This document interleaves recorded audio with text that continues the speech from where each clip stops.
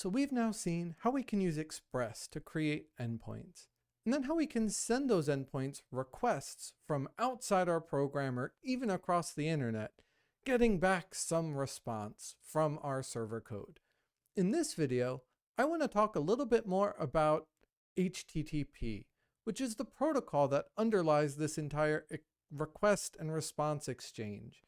We're going to look at the mechanics of HTTP, but then also examine a couple common elements like request verbs and response status codes, and then see how we can use these to convey information succinctly when we make HTTP requests. So with that said, let us begin. HTTP is the Hypertext Transfer Protocol, and it was designed specifically for sending HTML, that hypertext. It's got rules for transmitting information between a server and a client, and the neat thing is these rules are general enough that we've now extended them beyond just transmitting HTML, and we use this for all types of web traffic, including our APIs. With HTTP, a client, like a web browser, makes a request, and this request identifies two things. First, the type of action that it wants to perform, and then second, the resource that it wants to perform that action on. And this resource is usually encoded as a path, what you might have heard of as a URL. Once a server receives this request, it does whatever work is required and then generates an HTTP response. And this response offers a few things. First, a status code that indicates whether or not it actually fulfilled the request, and then also a body that includes any requested data. So in terms of how this actually plays out, if we wanted to look at an HTTP request, it would look something like this. When you make a HTTP request, you are sending plain old text over the internet. And this structured text follows a couple rules. So first, the top line of an HTTP request includes all of the required details. It starts with an action that is some verb and then points to some path. So if I wanted to have my browser look at a page called About HTML, I would have to send some server a get/about.html. Below that, we can then include headers, which add some additional context and some metadata about our request. Often, this includes things like the name of the host that we thought we were intending to connect to, the format of response that we're accepting or ready to receive, and the character set. It can include a lot, though. There are literal dozens of these headers that do everything from mention what browser you're using to what time of day it is. Even things like cookies appear here as headers in an HTTP request. After all those headers, if the HTTP action being used requires a body, then the request will also specify whatever content is coming in the body.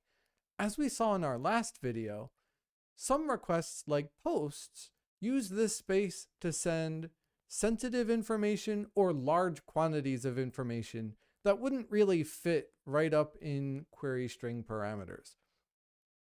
When a body is provided, there are two headers that also need to be provided, and those are the content length, which is a big number that just says how many bytes are going to be in the body, and then content type, which tells the server how it should interpret that body, whether it is plain text or JSON. We actually saw this in the last video. When I made my post request, I set my content type to application/JSON so that Express would know this was JSON content that I was writing, and it should parse it out with JavaScript.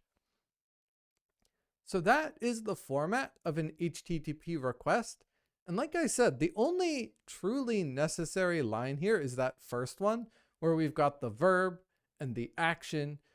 So I want to take a minute and talk a little bit more about these verbs because they are crucial to understanding HTTP. There are about a dozen of these verbs, but there are a couple that are much more common. And each one of these HTTP verbs describes something that we're doing to a resource. Most of them are pretty self-explanatory, but there are some interesting little notes to make. The most common by far type of request is a GET request. And when we make a GET request, what we are telling a server is, I want some information that you have, and I want you to give it back to me. With a GET request, the path is some indicator of what thing it is we want.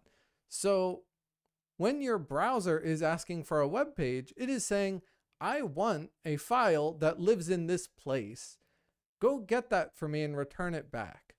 And one of the important things to note here is, according to the HTTP spec, when a client makes a GET request, the server shouldn't be changing.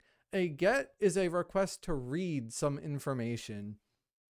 It is what's called a safe request because nothing should be happening permanently on the server because of this. On the other hand, we also looked at a POST request. What POST is supposed to indicate is that we are creating some new resource at a location or creating some resource of a type. And this gets a little bit murky because with the endpoints we saw, the POST was often describing an action in its path. There are other techniques for developing APIs that make this much more clear, but when we are posting, we are saying, I want to do something completely new. And unlike GET, the assumption is this is going to make a permanent change. I am adding something to a database. I am changing something permanently. And the POST generally puts all of the information for this new resource in the body. So it will use that content length and content type. When you have something that's already there, but you want to update it, that's where the put verb comes in. And put also uses a body just like post. But the big difference is the assumption with a put is that if we do this more than once, it has the same effect every single time. You can think of this sort of like editing a file and then hitting Control S 10 times in a row. If you do that, the file got modified the first time, but then it doesn't change beyond that. This is a property called idempotency, which is a really fun word to say, but put and a couple of our other HTTP verbs are idempotent, which means we should be able to do them again and again and again. And that's what makes it so well suited to updates, because often updates do happen again and again. The next verb is one that's actually relatively new. Patch describes a modification, but one that just applies to a piece of a resource. And this one wasn't popular, and in fact, I used to not teach this one at all, but especially when we talk about things like REST architecture, patch is a nice, convenient way to say, I'm just changing some small part of this resource. Like post and put, it does have a body, and it is expected to be idempotent, just like put. If you're making a change, you should be able to make that change more than once and have similar effects each time. The final HTTP verb is delete. And when we delete, we're saying we want to remove a resource at a location. We want it gone entirely. Generally, this is used infrequently, but is very valuable if your resources are referring directly to data elements, things that should appear or disappear, such as a post on social media. Maybe when you click the remove button, you actually want to remove that resource from existence entirely, and this is the verb that helps with that. So like I said, this is just a couple of the HTTP verbs that are out there. There are others, and you can even make your own. Nothing in the HTTP spec stops you from deciding, hey, I want to submit subscribe as my verb here. I want to submit some other action that I've made up myself. That said, most HTTP clients are generally much more apt to support the verbs that are part of the spec by default. So most of the time, you're going to want to figure out how to map the behaviors you want to the verbs that already exist. But that is the information you need to make a good HTTP request. What I want to look at now are the responses to these requests. So just like with a request, an HTTP response is plain text. This was actually fundamental to why HTTP caught on when it did, because everything knows how to work with text. Every programming language, every architecture of computers, text is text, and we always have to deal with it or people can't really use your computer. So responses will be provided in plain text as well. And if you've got something like a file, that file has to be encoded so that it can be transmitted in the response body. Just like with our requests, responses have a lot of important information on the first line. In particular, they provide a status code. And this status code is a numeric representation of what happened in reaction to the request that it was given. There are a bunch of different status codes, and often they come with a short text description right afterward. As you can see in the example here, there's the number 200, which is the number used to say, okay, I am doing whatever it was that was asked of me. And you can expect the rest of this to be that information you asked for, or confirmation that something changed, or whatever is appropriate for the type of request that was made. Just like with requests, the response then puts each header, that is metadata about the response being given. This can include the date that the response was issued in case it was cached or it's saved for later, when it should expire, how long from now is this thing still valid, and things like that content type and that content length that help provide information on how the client should actually be using the information it got back. It's much more likely for responses to have bodies than requests because, like we said, the most common request is a get. And if you're not getting me information, what is it that the server is even doing here?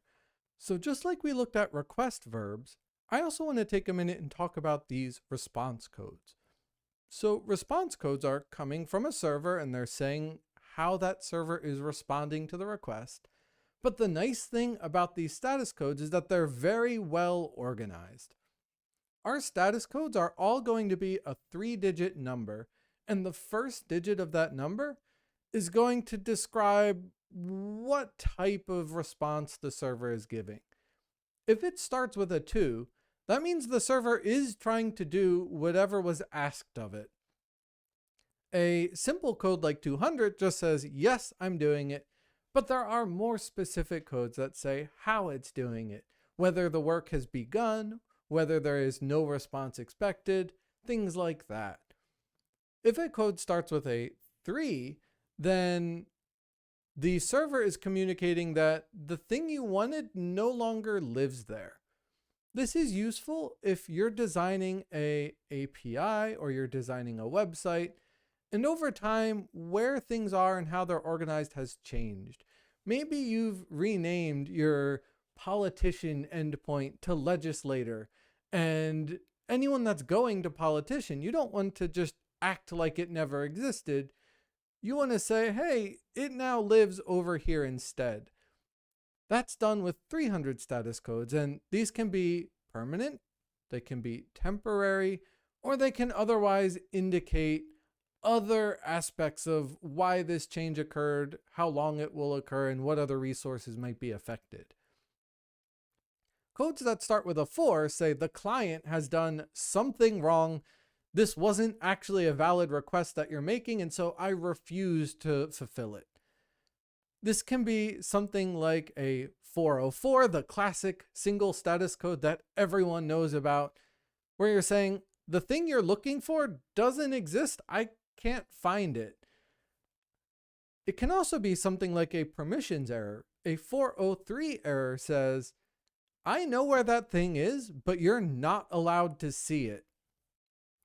There are also other errors here, things like 405 that say, well, that thing exists, but you can't do the thing you're trying to do to it. The 400 error class has some of the most descriptive status codes, and it's definitely worth giving it all a read through at some point. Finally, there are the 500 class error codes, and these ones are saying something is wrong with the server, and so it's not your fault, but I can't help you right now. This can be something like saying that the server is overloaded and so it's timing out, something like the server being in a state where it can't really understand anything that you're sending it.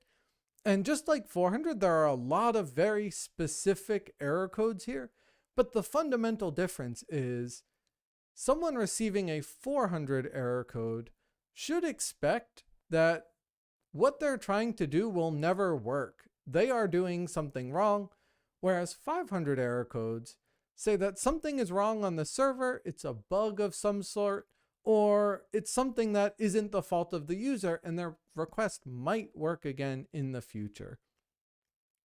So like we said, this status code serves as a way to give a quick description so that someone might not even need to read the entire body and can classify what happened in response to their request. Now, I want to do something fun. I want to prove to you that this isn't something that I've just made up. And to do that, we're going to need the help of a terminal. So in the terminal, there's actually a program that allows me to send text raw over a connection. And like we said, everything about HTTP is raw text. It is just text that we are sending, which means I should actually be able to see this in action right here. So the program that does this is what's called Telnet. And after Telnet, we put a domain and a port. If you remember in our previous video, we said traffic normally happens for the web over port 80. So I'm going to go in here and I'm going to say, I want to connect to google.com on port 80. And when I do that, it's now connected and waiting for me to make a request. So in here, if I type, I want to get /, that's actually all I need to make an HTTP request. I made a request for the root of Google, and when I do that, what I get back is this whole mess of text. But if we look at this text, the very first line is saying, under HTTP 1.0, I am giving you back a 200 response. On this date, there's a non-expiring HTML set of content that I'm giving you. And then if we look at the body of this request after this one blank line, this is the Google homepage. This is where you go, what you see when you type google.com into your browser. And as we've seen here, all of this text is provided over this HTTP protocol. It follows the rules. This is what your browser has been doing every single time you visit a web page. One of the really powerful things about HTTP is that it's a stateless connection. So as you can see here, I made my request, I got my response, and then it was over. That connection closed. It is now back on the terminal in my command prompt. And this is great for servers because it makes sure that even if you have thousands or millions of visitors, nothing is left hanging open. You make your request, you get your response, and then the server is freed up to talk with other clients. So this has been an overview of HTTP. We've looked at request formats, response formats, verbs, and status codes. And all of this material is going to be very useful when we go and talk about architectures for our endpoints. So I look forward to that video, and I'll catch you all in the next one.